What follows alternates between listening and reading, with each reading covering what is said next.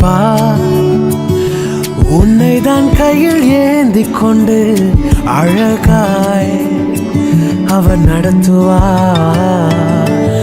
உமக்காய் காத்திருக்கும் போது மனதில் சோர்வு ஒன்று வந்தால் உந்தன் வார்த்தை ஒன்றை நம்பி சரணடைவேன்.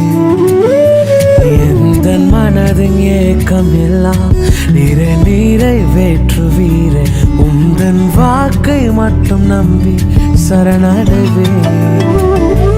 நிம்மதியாய் சரணடைவேன், சரணடைவேன்.